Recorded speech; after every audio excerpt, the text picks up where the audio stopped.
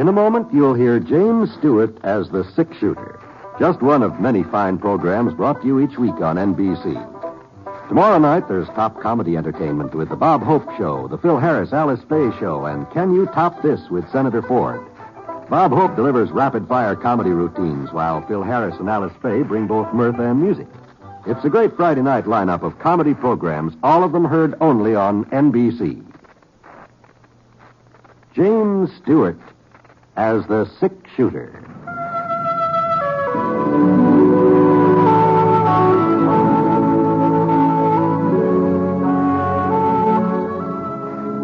The man in the saddle is angular and long-legged. His skin is sun-dyed brown.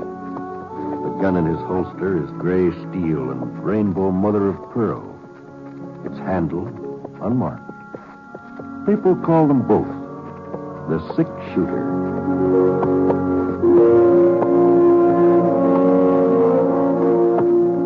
The NBC Radio Network presents James Stewart as the six-shooter, a transcribed series of radio dramas based on the life of Britt Ponset, the Texas plainsman who wandered through the Western Territories, leaving behind a trail of still remembered legends.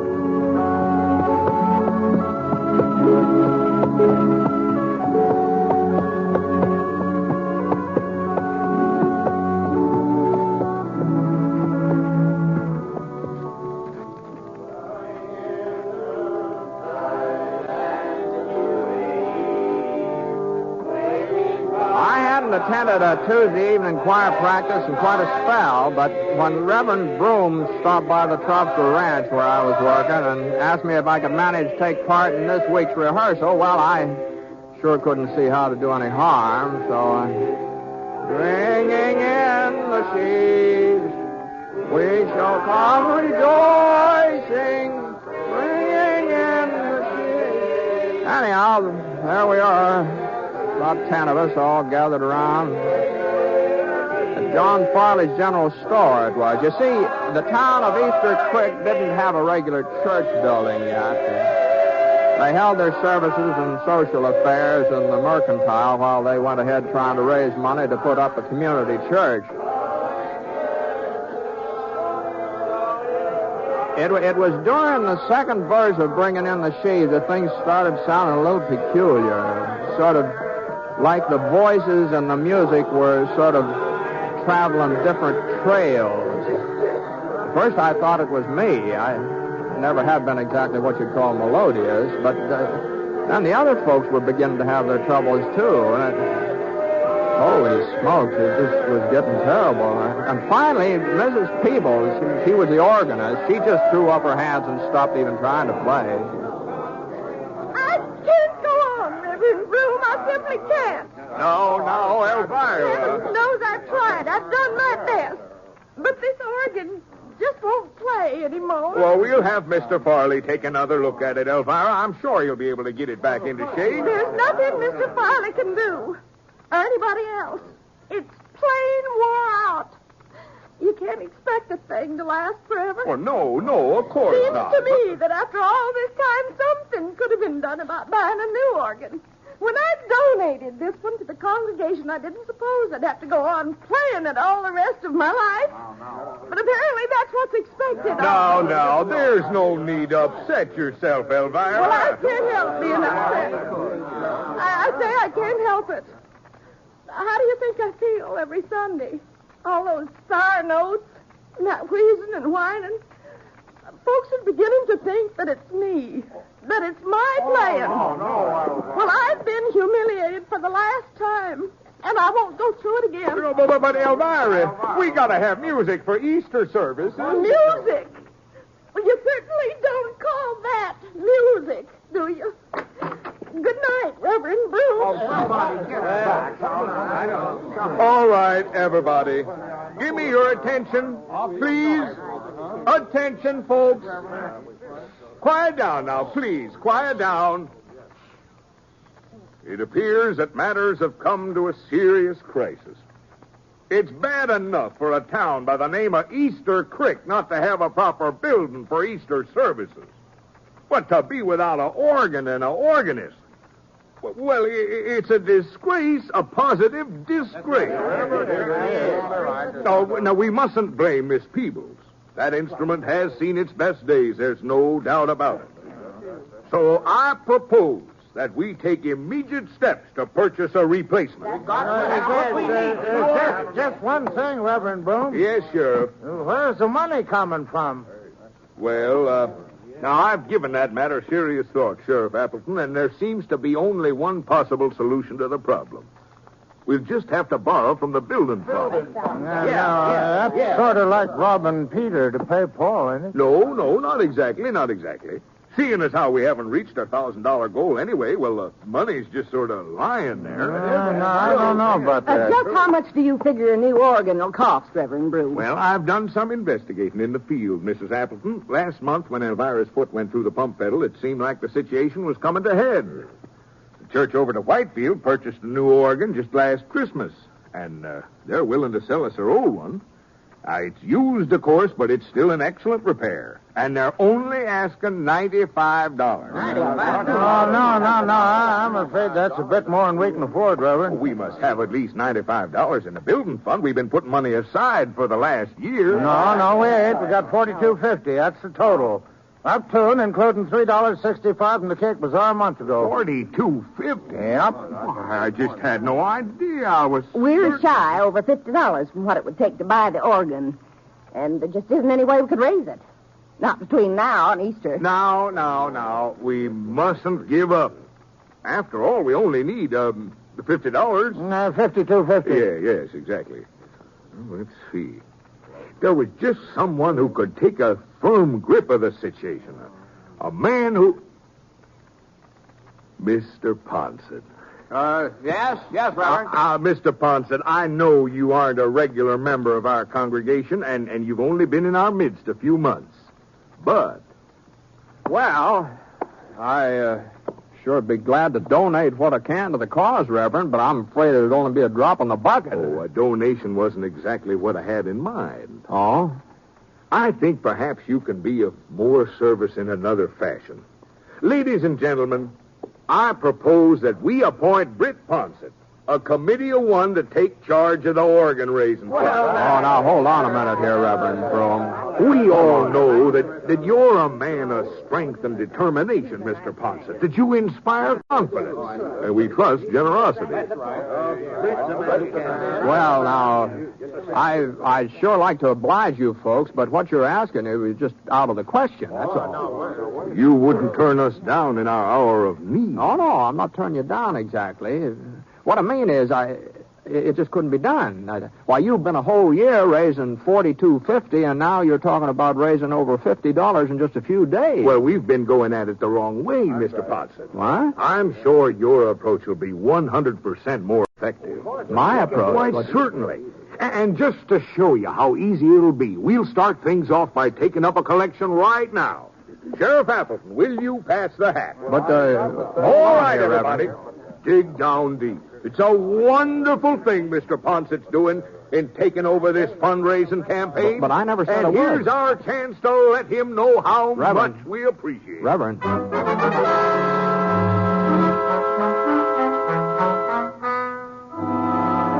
Well, the sheriff finished passing the hat and poured it out on the table, and Reverend Broom counted it, $2.50.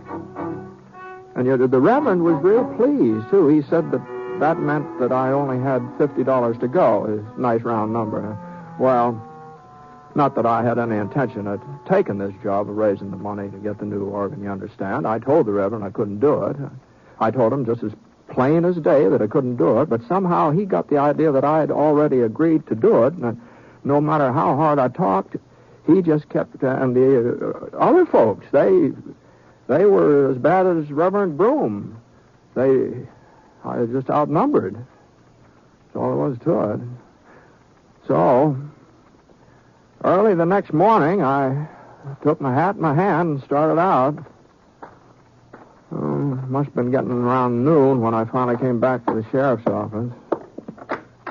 Oh, come in, Bet. Come in. Morning, Abner. Oh, how's everything going? You been out collecting? Yeah, I've been collecting. Well, Well, $11.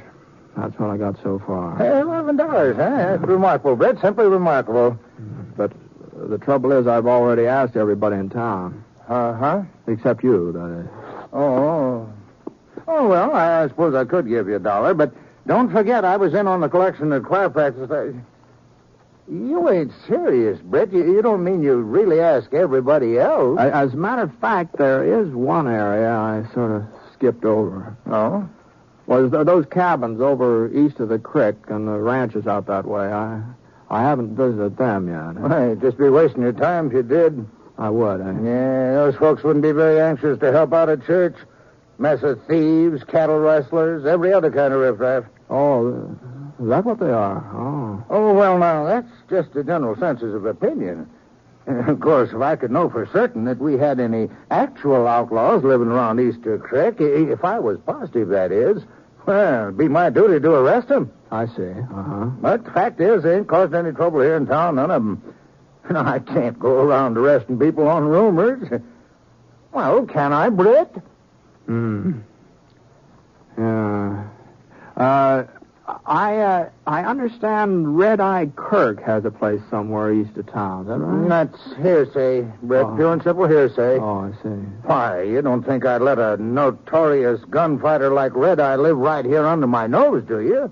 Well, it's too bad he's not in these parts. Oh? No, I was thinking I might like to pay him a little visit. Well, what on earth for? Well, as long as he's not in the neighborhood, I guess it doesn't matter. Kind of a shame, though. Oh, well, now, if you're really anxious to... what I mean is... Britt, they do say there's a fellow who somewhat resembles Red Eye. He's got himself a cabin just this side of Deer Mountain. Just this side of Deer Mountain, huh? Now, wait a minute, Britt. Wait a minute. What in Sunday do you want to get mixed up with Red Eye Kirk for? What's he got to do with raising money for a new organ? Well, he probably won't have anything to do with it, but it's just that I don't want to leave any stones unturned, you see. So long, Abner.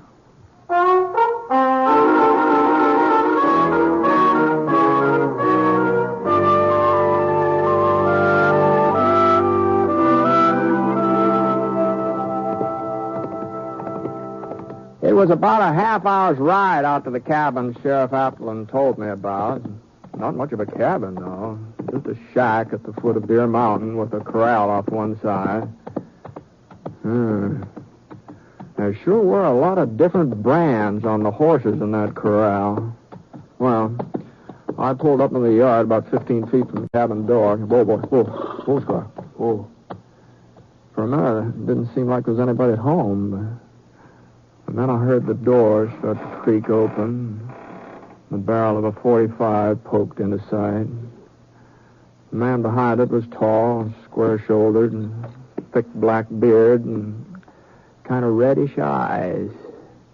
Howdy. What do you want, mister? I'm looking for Red Eye Kirk. Ain't nobody here by that name. Uh-huh. So maybe you'll do, then. What?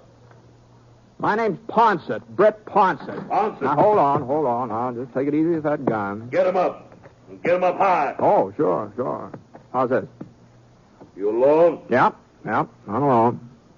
You must be plumb crazy thinking you can take me single-handed. No, I'm not interested in taking you, Red Eye. I told you that ain't who I am. Oh, that's right. Yeah, that's right. Yes, you did. Yes, that's right. You mind if I get off my horse? Well, just don't try nothing, that's all. And don't move toward your holster. No, all right. That's close enough. Sure. Now, what are you doing out here, anyway? Well, the fact is, you see, Mr. What'd you say your name was? Jones. Bill Jones. Yeah. Well, Mr. Jones, I've been given the job of raising some money. What? Now, don't get me wrong. It wasn't my idea, but since it was for such a good cause, I just couldn't turn the folks down. Good cause? A new church organ. That's what I'm collecting for. What? You see, the one that Reverend Broom's congregation has been using, it sort of gave up the ghost last night, and what with Easter coming on, Are you joshing me, mister? No. No, of course I'm not. You mean you're out here trying to raise money so you can buy a church organ? That's right. Go on. Get moving before I take a shot at you. You won't give me a hand, huh? I wouldn't give you 5 cents for every church organ west of the Mississippi River. Now, it wasn't your money I wanted. What? No, it wasn't that at all. What the devil did you come around bothering me for? Well, I was thinking that you're a pretty influential man with some of the folks hereabouts. They've told the mark if I tell them to. You can bet on that. Yeah, well, that's just the impression I got. So what? Well, it seemed to me that if I was to go moseying around these parts alone, some of your friends might not look too kindly on the idea of giving me donations. They sure wouldn't. But on the other hand, if we were to approach them together as a kind of a team, you might say. A team? That's the general idea, yeah. You want me to go along with you? I sure would appreciate it if you would. And help you raise money for a church organ? That's right. Well, I'll be... Me taking up a Sunday school collection. Well, that's the doggonedest notion anybody ever had. What do the boys think, huh? Jack Denton, Wisconsin Billy? Why, it'd be almost worth it just to see their faces. You sure got a sense of humor, Ponson. And you know something, this here crazy scheme of yours, I'm going to take you up on it. You know something, Mr. Jones? What? You know something? I kind of thought you would.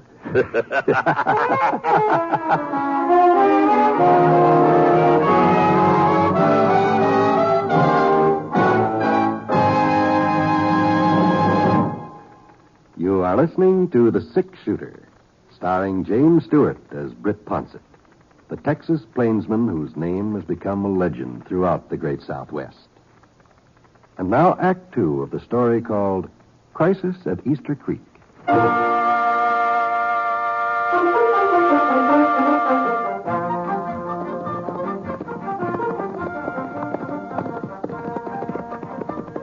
Well, the first place we came to was a farmhouse about a quarter of a mile south of Red Eye's cabin. At least it had been a farmhouse once. There sure wasn't any crops growing in the vicinity now. The porch sagged off at a slant, and the windows were stuffed full of papers and rags. Even the front door looked like it was about to slide off its hinges. The place really looked deserted, but Red Eye gave me the nod, and we pulled up and dismounted. Old Red Eye, he had a great big grin as white as a full moon spread all over his face. Been there ever since we started off. Hey, Denton! Get out here, Denton! It's me, Red Eye. Well, I guess you knowed who I was anyway, didn't you? Well, I had a pretty good idea. Howdy, Red Eye. What can I do for you? Denton, this here's Britt Ponsett. Ponsett. Howdy, Danton. Now, don't you worry, Red Eye. Even if he did get the draw on you, he ain't turning you over to no sheriff. Oh, put your gun away, Denton. Huh? Use your eyes. Ponsett ain't covered me, is he? Then what are you doing riding along with him? Oh, we got us a little project. Now, you explain it to him, Ponsett. Well, the fact is we're collecting money to buy a new organ for Reverend Broom. What? That's right, Jack. Oh. Sounded to me like you said money for a new organ. I must be getting loco. I sure ain't going to argue that with you, Denton. Well, come on. Come on, fork over. You mean you're serious, Red Eye? Of course I'm serious. And he must be holding a gun on you. I ain't got all day, Denton. How much we need, Britt? Well, let's see. 12 from 50, $38. Well, you heard him. Denton? Sure, Red Eye, sure. Now, just let me look in my purse here. Oh, yeah, two $20 gold pieces. How's that? Well, I didn't mean that you had to contribute the whole thing. Just What? keep the change. Just keep the change. Oh, well, thanks a lot. My pleasure entirely. Well, was there anything else, Red Eye? No, I guess that'll do it for now. Let's go, Ponsett. Yeah, sure. Easy, boy. I'm glad you boys stopped by. Anytime I can, well, you know where to find me.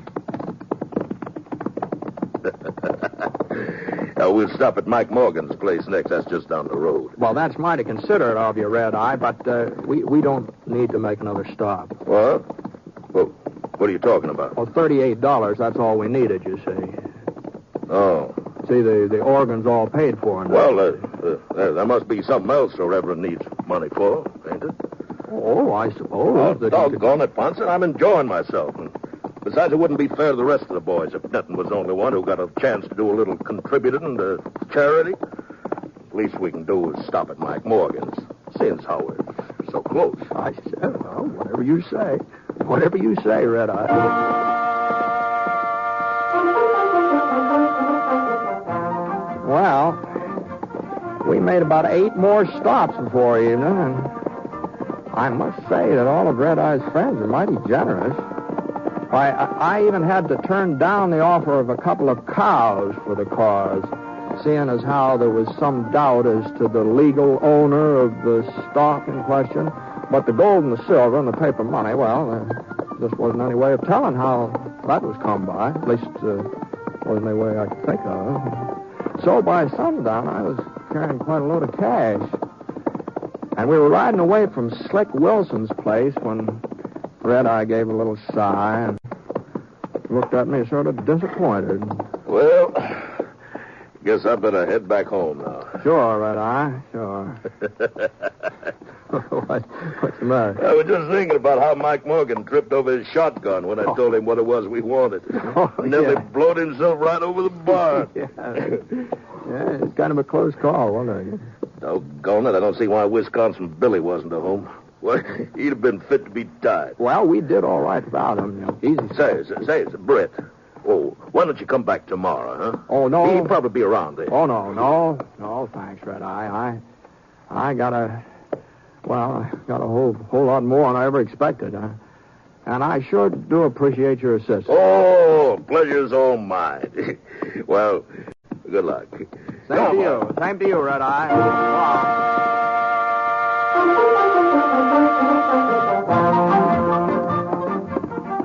It was about an hour's ride back to town, but before I'd gone more than halfway, I got the feeling there was somebody following me. I sure didn't like it either. Not with all this money I had in the saddlebags. So I gave Scar a little touch of the spur. Come on, boy. Come on, let's go. When I heard the other horse pounding up the trail after me, let's go, boy. Come on, let's go. His first shot was over my head. There wasn't any point in trying to outrun him, Scar being as tired as he was. So I slid out of the saddle and I rolled over behind a rock. He was still coming, so I eased my gun out of the holster and inched up to get a look at him. He was a big fella, holding his revolver loose in his hand like he didn't figure on using it. Well, I didn't figure on letting him rob me either. I waited until he was about even with the rock where I was hiding. Then I stood up. Drop it! Drop it! Okay, take it easy, Ponce. Why, you know who I am, huh? Red Eye told me you was heading this way. I've been trying to catch up with you for the last 15 minutes. You mean Red Eye sent you after me? I'll say he did.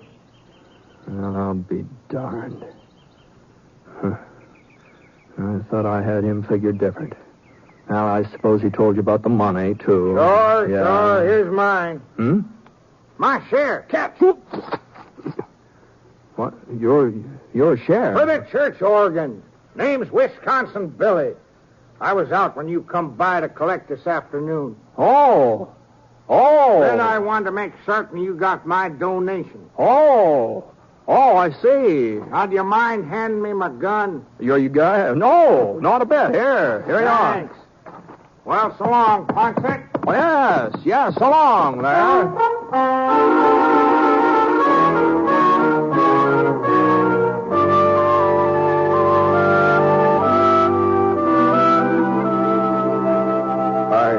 I simply can't believe it, Mr. Ponce. There must be over $1,000 here. Just about, Reverend, just about. Enough for the organ, enough to build a church, too. Yeah? Well... Mr. Ponce. Yeah? Now, you mustn't think me ungrateful, but I'm afraid we can't accept this money. What? Well, you see, Sheriff Appleton told me where you got it. He did, huh? Now, mind you, I don't have any objections myself. I think when help is offered, it should be accepted, irregardless of the source. But some of my people, they aren't quite so broad-minded. And the idea of permitting Red Eye Kirk and those other outlaws to donate to our fund, well... Now, just hold on a minute, Reverend Broom. Now, just hold on. Now, when I was talking to Sheriff Appleton earlier today, he claimed that there weren't any outlaws in the vicinity of Easter Creek. Well, we don't like to admit that our town is a haven. Why, the sheriff said that if there were any bandits around here, it was his duty to arrest them. Of course, that would mean getting a posse together. It would probably mean a lot of shooting and killing. Well, Mr. Ponce said everybody knows it. I mean, it's common knowledge. And as for Red Eye Kirk ever having anything to do with that money I raised, well, you could be mistaken, Reverend. But you were seen riding along.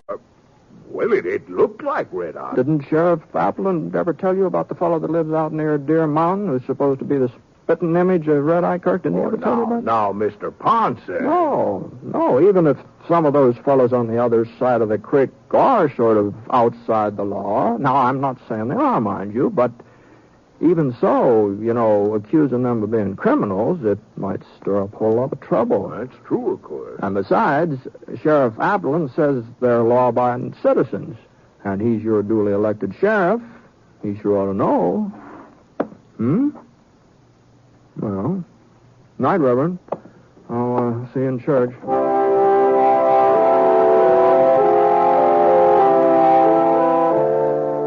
Well, I guess there was a little argument about whether or not to accept the money, but Sheriff Appleton finally convinced folks that they didn't have any right to turn it down.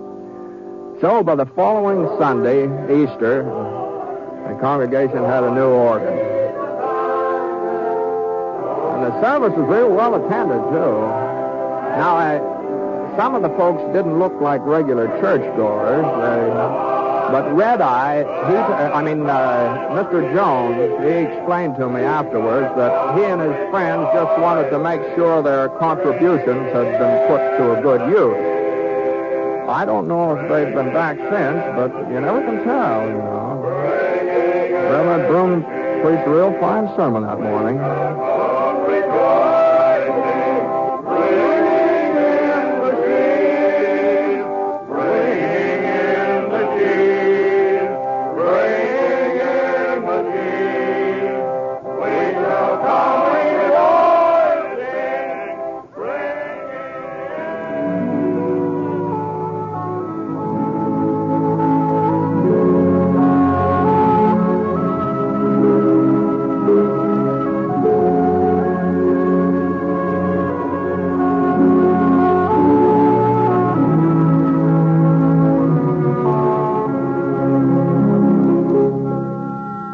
Six Shooter is a transcribed NBC Radio Network production in association with Review Productions. It is based on a character created by Frank Burt and is written by him. Mr. Stewart may currently be seen in the Universal International picture The Glenn Miller Story. Others in the cast were Virginia Gregg, Marvin Miller, Ted DeCorsia, Robert Griffin, and Red Eye Kirk.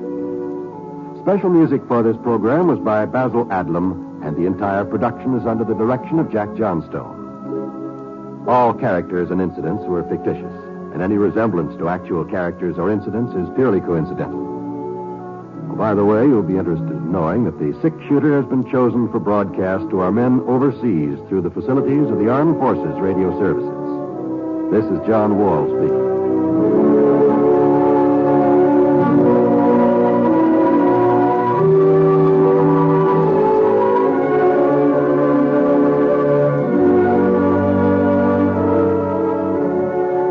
Play Truth or Consequences with Ralph Edwards on the NBC Radio Network.